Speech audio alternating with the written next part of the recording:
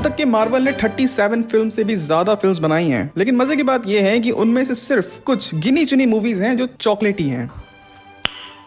Nice. साल 2014 से लेकर 2019 तक के मार्वल ने कुछ ऐसी स्टैगरिंग मूवीज ऑडियंस के सामने रखी जो पूरे कॉमिक बुक मूवीज का पर्सोना ही चेंज कर देती हैं। और पता है इन मूवीज में कॉमन क्या था, अपार्ट के इन सारी मूवीज ने 1 बिलियन से ज्यादा कमाए, कि ये सारी मूवीज सेम डायरेक्टर ने ही बनाई हैं, जो एंड एंथनी रूसो। और ऑलमोस्ट 6 साल बाद ये दोनों वापस आ रहे हैं, क्योंकि मार्वल के बाहर इन दोनों को कोई पूछता नहीं है।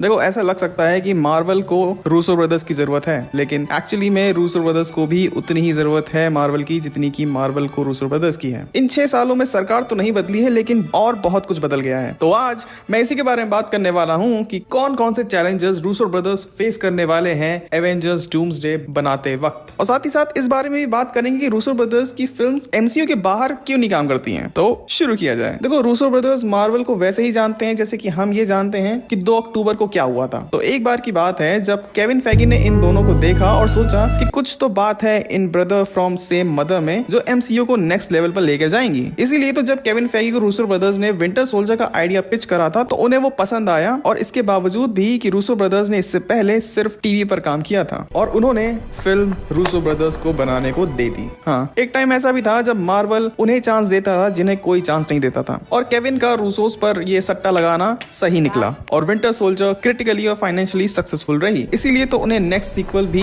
डायरेक्ट करने को दे दिया गया, जो कि थी सिविल वॉर, और उसके बाद 2 एवेंजर फिल्म्स जिन्होंने इतना पैसा कमाया कि गिनते गिनते थूक खत्म हो गया। और इसी दौरान रूसो ब्रदर्स ने काफी गहरे रिश्ते बना लिए थे पूरे कास्ट के साथ और प्रोड्यूसर्स के साथ और सारे एग्जीक्यूटिव्स के साथ। समझ लो एक पारिवारिक माहौल बन गया था। इसीलिए तो रॉबर्ट डाउनी जूनियर के वापस आने से पहले ऐसे रूमर्स थे कि रूसो ब्रदर्स एक संस्था में शामिल होने वाले थे जिसमें कि केविन फेगी जो कि चीफ क्रिएटिव ऑफिसर हैं और पूरे मार्वल यूनिवर्स के कारीगर भी हैं, साथ ही को प्रेसिडेंट लुइस डी एस्पोसिटो जो कि मार्वल की सारी मूवीज इन्होंने प्रोड्यूस करी हैं 2008 से, इन सब का एक ग्रुप बनने वाला था। काम इनका पता नहीं क्या होने वाला था, बट हाँ ये लोग होते हैं। पर जब मार्वल को लगा कि अब रूसो ब्रदर्स को वापस आना चाहिए तो उन्होंने रूसो ब्रदर्स को अप्रोच करा, और सिर्फ रूसो ब्रदर्स ही नहीं उनके साथ उनकी टीम भी वापस आ रही है। हाँ, बस उनके राइटिंग पार्टनर जो कि क्रिस्टोफर मार्कस थे वो नहीं आ पाएंगे क्योंकि उन्हें अभी नेटफ्लिक्स पे और भी फ्लॉप मूवीज बनानी है।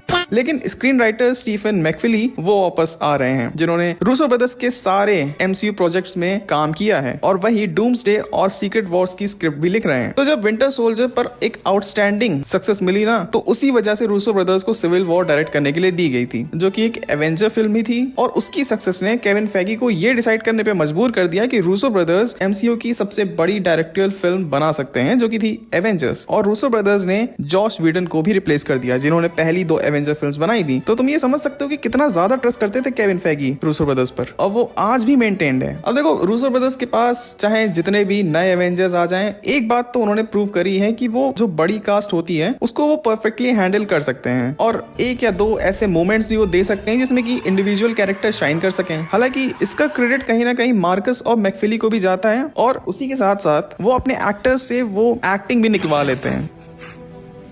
The future hasn't been kind to you, has it? I didn't say it was from the future.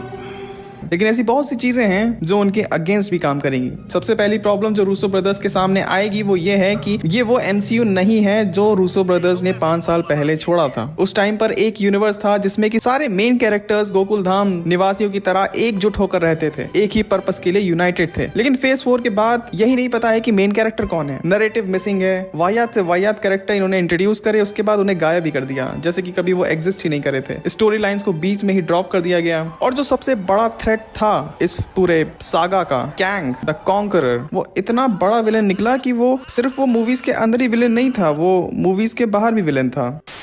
और रूसो ब्रदर्स के एमसीयू से दूर होने के बाद कुछ बिहाइंड द सीन्स भी लोग एग्जिट करे हैं, जैसे कि सबसे बड़ा जो रहा वो था former president of visual effects and production Victoria Alonso. इन्हें 2023 में बाहर निकाल दिया गया था एमसीयू के। अब इसमें कोई सैड फील करने वाली बात नहीं है क्योंकि ये वीएफएक्स आर्टिस्ट को गधा मजदूर बना के रखी हुई थी, उनसे ओवर टाइम कराती थी और कोई इंक्रीमेंट भी नहीं कर रही थी। ये तो वही बात हो गई कि गरीबों से पैसा लेकर खुद ही खाना खा लिया।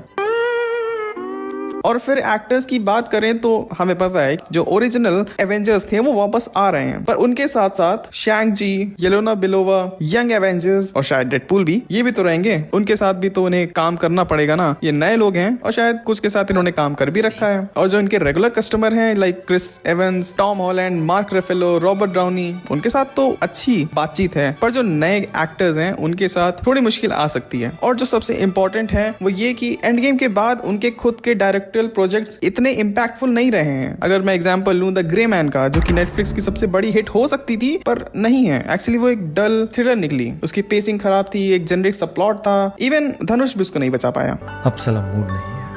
उसी तरह से चेरी, जिसमें कि टॉम हॉलैंड थे, वो भी फ्लॉप हो गई। और उनका सबसे ultra expensive TV show Citadel, वो भी ऑडियंस को पसंद नहीं आया। और इसीलिए मैंने ये बात बोली थी स्टार्टिंग में कि जितनी जरूरत मार्वल को इस टाइम पर रूसो ब्रदर्स की है ना, उतनी ही ज्यादा जरूरत रूसो ब्रदर्स को भी मार्वल की है, क्योंकि एंड गेम से जितना पैसा कमाया था देखो वो खत्म हो रहा है।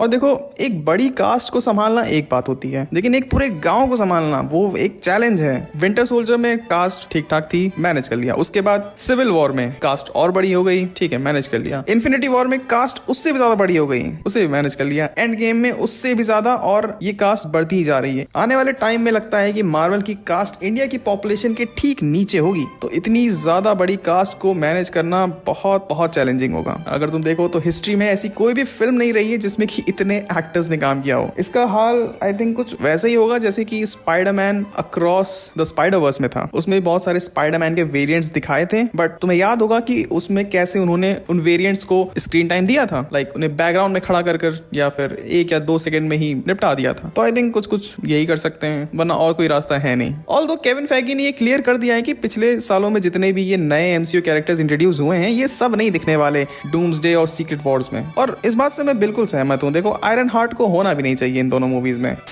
लेकिन तब भी लाइनअप बहुत बड़ा है। फैंटास्टिक 4 हो गए, म्यूटेंट्स हो गए, guardian of the Galaxy, Thunderbolts और भी न जाने कौन कौन, सब अपनी टीम लेकर आ रहे हैं। अब तो ड्रीम 11 भी बैन हो गया है। और जो सबसे बड़ा फैक्टर है रूसो ब्रदर्स के अगेंस्ट में, वो ये है कि थैनोस वाली कहानी तो शुरू हुई थी बिल्डअप के साथ। हर मूवीज में एक पजल का एक हिस्सा ऐड किया जाता था, जिस वजह से पूरी इन्फिनिटी सागा की रिवॉचेबिलिटी बढ़ जाती है। पर यहाँ पर ऐसा फील ही नहीं होता है, ना ही कुछ प्रॉपर्ली प्लान करा गया है जिसका कि वो लोग रेफरेंस दे सकते हैं, ना ही इन फेजेस की जो मूवीज और टीवी शोज रहे हैं वो रिवॉचेबल है। एक टीवी शोज तो ऐसे हैं कि उन्हें लोगों ने सरवाइव किया है लिटरली। पर देखो, हम ऑप्टिमिस्टिक लोग हैं, हम ये नहीं देखते हैं कि ग्लास आधा खाली है, हम ये देखते हैं कि ग्लास आधा भरा है। अगर इसको दूसरी तरह से मैं सोचूं तो देखो, कैंग डायनेस्टी का जो आइडिया था ना, वो यही था कि तो जितने भी नए नमूने हैं ये सब लड़ने जाएंगे कैंग से, पर वो तैयार नहीं होंगे। और कैंग तो कैंग है, उसको तो सब पता होगा, हर एक मूव के बारे में उसको पूरा आइडिया होगा, तो वो इन सबको पेल देगा और बचेंगे सिर्फ 1 या 2 लोग। अब यही 1 या 2 लोग जो होंगे ये सीक्रेट वॉर्स में जाते हैं, जिसके बाद वो अलग अलग यूनिवर्स में जाकर best of the best characters या हीरोज कलेक्ट करते हैं और फिर एक बेटर टीम बनाकर कैंग से लड़ते हैं। और इसी से हमें टोबी मैगवायर का स्पाइडरमैन, एंड्रयू गारफील्ड का स्पाइडरमैन, वोल्वरीन, घोस्ट राइडर, ये सब देखने को मिल जाते हैं। तो अभी भी तो यही हो सकता है ना। इतने सारे वेरिएंट्स जो आ रहे हैं वो इंडिकेट कहीं ना कहीं इसी स्टोरी लाइन की तरफ कर रहे हैं। बस